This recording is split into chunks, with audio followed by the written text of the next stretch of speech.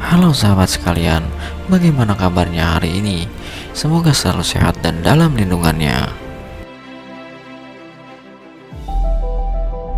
Baru-baru ini Bank Indonesia meluncurkan gerbang pembayaran nasional yang disingkat menjadi GPN. Hal ini dianggap sebagai salah satu cara memudahkan untuk menuju cash society atau masyarakat non-tunai. Berbicara tentang GPN, tentu tidak bisa terlepas dari sistem pembayaran dan uang. Tapi tahukah Anda, sejak kapan manusia mengenal uang? Untuk membahas hal itu, kita harus kembali pada 70.000 hingga 12.000 tahun silam untuk melihat bagaimana cita bakal terbentuknya transaksi menggunakan uang. Sebelum lanjut ke pembahasan, silakan tekan tombol subscribe berlangganan agar tidak ketinggalan video menarik lainnya dari kami untuk menambah wawasan dan ilmu pengetahuan seputar sejarah, misteri, dan semua informasi menarik yang mungkin kalian suka. Peradaban kuno mulai bertransaksi dengan sistem barter atau pertukaran barang atau jasa untuk barang dan jasa yang diinginkan. Misalnya saja menukar suatu karung beras untuk suatu kantong kacang. Praktek barter telah dimulai sejak puluhan ribu tahun lalu. Bahkan cara ini masih bertahan hingga awal manusia modern. Hingga komunitas itu terbentuk. Hanya saja masalah mulai muncul ketika dua orang yang ingin bertukar tidak sepakat dengan nilai pertukarannya. Apalagi jika salah satunya tidak terlalu butuh dengan barang yang akan ditukarnya. Untuk mengatasi hal itu, mereka mengembangkan apa yang disebut uang komoditas. Komoditas di sini maksudnya adalah barang dasar yang hampir dibutuhkan oleh semua kalangan, misalnya saja garam, teh, tembakau, sapi, hingga biji-bijian. Pada tahun 9000 hingga 6000 sebelum Masehi, uang komoditas yang digunakan adalah ternak. Setelah muncul budaya pertanian, uang komoditas yang sering digunakan adalah gandum, sayuran, dan tumbuh-tumbuhan lainnya. Lambat laun, mereka menemukan ketidakstabilan atas barang tukarnya, dikarenakan hampir semua bercocok tanam dan memiliki ternak. Hingga sekitar tahun 1200 sebelum Masehi, uang primitif mulai ditemukan. Uang primitif yang dimaksudkan adalah cangkang kerang atau maluska dan lain-lainnya, namun yang paling memiliki nilai berasal dari kerang kecil. Kerang kecil yang digunakan sebagai uang primitif ini disebut cowrie. Benda itu berasal dari kepulauan Maladewa di Samudra Hindia. Cowrie sendiri telah menjadi barang berharga kala itu, hingga benda menarik tersebut dibawa sepanjang rute perdagangan ke Afrika. Namun seiring waktu berjalan, kelangkaan cowrie mulai terjadi dan mereka mulai kehilangan kestabilannya dengan nilai tukar tersebut. Hingga mata uang paling awal dan paling stabil digunakan dalam transaksi komersial muncul pada abad ke-13 sebelum Masehi, yaitu di Mesir kuno.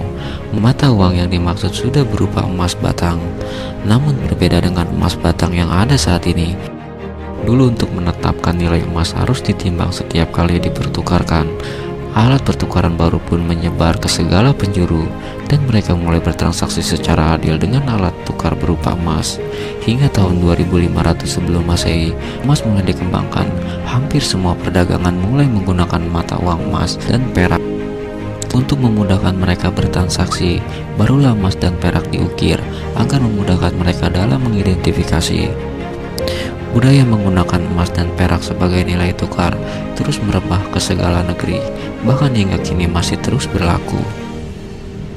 Namun pada tahun 1000 sebelum Masehi, Cina mulai memproduksi imitasi cowrie dari bahan logam seperti perunggu dan tembaga. Hal ini dianggap sebagai bentuk koin logam paling awal. Uang logam awal ini berkembang menjadi versi primitif dari koin bulat. Koin-koin Cina terbuat dari logam-logam dasar dan seringkali mempunyai lubang sehingga bisa disatukan seperti rantai. Penemuan itu lantas merambah hingga dunia barat. Koin paling awal berasal dari kota Efesus di Ionia yang sekarang dikenal sebagai Turki Barat. Pada tahun 650 sebelum Masehi, logam yang digunakan saat itu adalah elektrum, paduan alami emas dan perak lokal. Koin yang dibuat berbentuk seperti kacang dan di satu sisinya terdapat cap tanda yang berbeda.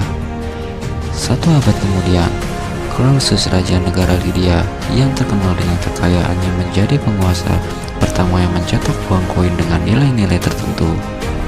Kota-kota Yunani dan kekaisaran Persia dengan cepat mengadopsi teknik baru mata uang logam dari Lydia ini. Pada akhir abad ke-6, mata uang menjadi umum di seluruh wilayah tersebut.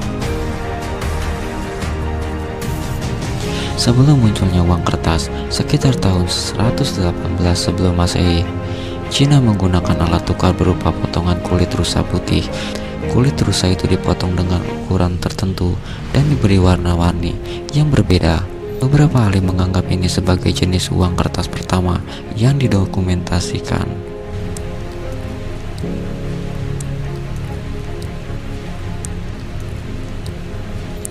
Disusul Eropa yang mengenal uang kertas berabad-abad kemudian setelah Marco Polo mencapai Cina. Hal itu pun tidak serta-merta diadopsi oleh masyarakat Eropa. Ini karena pabrik kertas pertama di Eropa baru didirikan sekitar tahun 1150 di wilayah orang-orang Moor, saat ini Spanyol. Baru sekitar 1661, pemerintah Swedia menjadi negara Eropa pertama yang mengeluarkan uang kertas sebagai alat pembayaran yang sah, dan tahun-tahun berikutnya berbagai negara Eropa melakukan hal yang sama. Lantas sejak kapan uang kertas mulai dikenalkan di Indonesia? Antara tahun 1783, Hindia Belanda membawa uang kertas ke Indonesia. Saat itu masih berupa surat kredit. Kertas kredit pada tahun 1815 dan dari tahun 1827 menjadi uang kertas golden dari Golden Hindia Belanda. Diikuti pada tahun 1815 dan dari tahun 1827 menjadi uang kertas golden dari bank pertama yang berdiri di Indonesia. Dominasi yang lebih rendah di bawah 5 golden yang dikeluarkan oleh pemerintah pada 1919 hingga 1940. Uang kertas golden dikeluarkan oleh pemerintah Jepang selama pendudukannya dari tahun 1942 menjadi rupiah pada tahun 1943. Uang kertas yang sebenarnya rupiah baru diterbitkan pada tahun 1946, perang kemerdekaan dengan Belanda. Setelah deklarasi kemerdekaan sepihak akhir Perang Dunia II, uang ini dikenal sebagai Uang Republik Indonesia atau yang disingkat menjadi ORI. Uang Republik Indonesia atau ORI adalah mata uang pertama yang dimiliki Republik Indonesia setelah merdeka. Pemerintah memandang perlu untuk mengeluarkan uang sendiri yang tidak hanya berfungsi sebagai alat pembayaran yang sah, tapi juga sebagai lambang suatu negara yang merdeka. Meski masa peredaran ori yang cukup singkat, namun ori telah diterima di seluruh wilayah Republik Indonesia dan ikut menggelorakan semangat perlawanan terhadap penjajah. Pada Mei 1946, saat suasana di Jakarta genting, maka pemerintah RI memutuskan untuk melanjutkan pencetakan ori di daerah pedalaman seperti Yogyakarta, Surakarta, dan Malang. Pada tanggal 8 April 1947, Gubernur Provinsi Sumatera mengeluarkan uang kertas bernama URIPS dari singkatan Uang Republik Indonesia Provinsi Sumatera. Baik, demikianlah perjalanan kita mengarungi sejarah bagaimana uang dalam kehidupan sehari-hari hingga saat ini. Itulah keberadaan uang memberikan perubahan pekat pada dunia. Namun, bagaimanakah bisa peradaban kuno yang menganggap emas berharga itu justru malah memilih uang kertas? Bukankah mereka tahu betul betapa stabilnya harga emas kala itu? Silahkan subscribe untuk video lanjutannya. Masih akan ada pembahasan seputar uang dan penyimpanan yang kini berevolusi menjadi nama bank. Kiranya video ini bermanfaat, berikan kami like dan share video ini. Namun jika tidak suka dengan video seperti ini, kalian bisa tekan dislike. Wassalamualaikum warahmatullahi wabarakatuh.